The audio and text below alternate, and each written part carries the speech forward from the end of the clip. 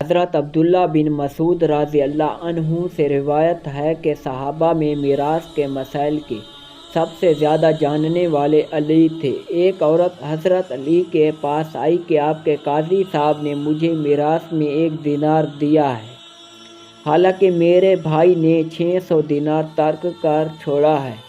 حضرت علی نے سوچا، پھر اس خاتون سے آپ نے کچھ سوالات پوچھے کہ مرحوم بھائی کی 2 بچیاں بھی ہیں۔